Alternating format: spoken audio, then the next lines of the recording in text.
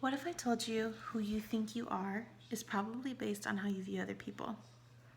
What if I told you that how they think of themselves is probably based on you? In this video, I'm going to be analyzing two different works from the book Authors Anonymous. The works I'm going to review are All Because of a Muffin and Banished Barbie. The purpose of this presentation is to view these works in accordance with the social comparison concept. I'm going to start with defining the social comparison concept, then go on to my main points of reviewing the two works.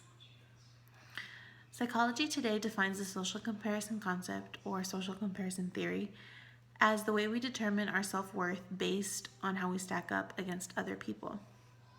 We take a look at their successes, intelligence, or wealth, and use that as a basis of how we should be or act and how far along we are in our own lives. So why do we do this? Why do we compare? Well, it's either to better ourselves or to make ourselves feel better. If we see someone more better off, more successful, more something, we use that to strive to achieve the same status or results. We use it to advance ourselves.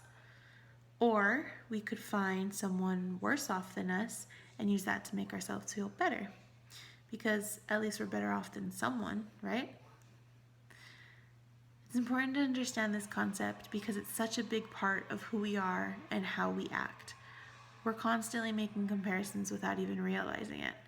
It's an instant firing in our brain, and it's happening without us even knowing. So we may not act on it, but the comparisons are happening and it impacts our life every day.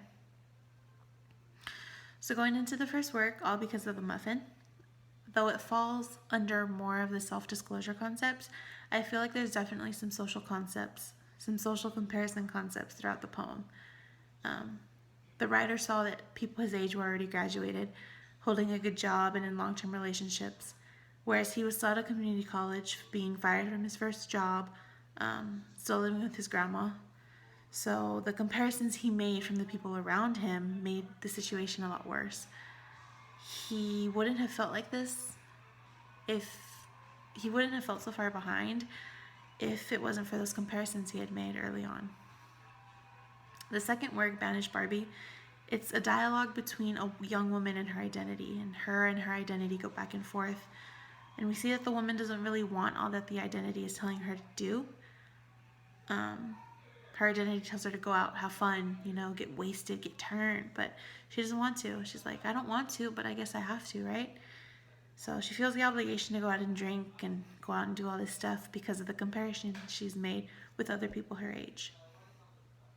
And in the end, those social comparisons are inevitable, and they're such an integral part of the human nature.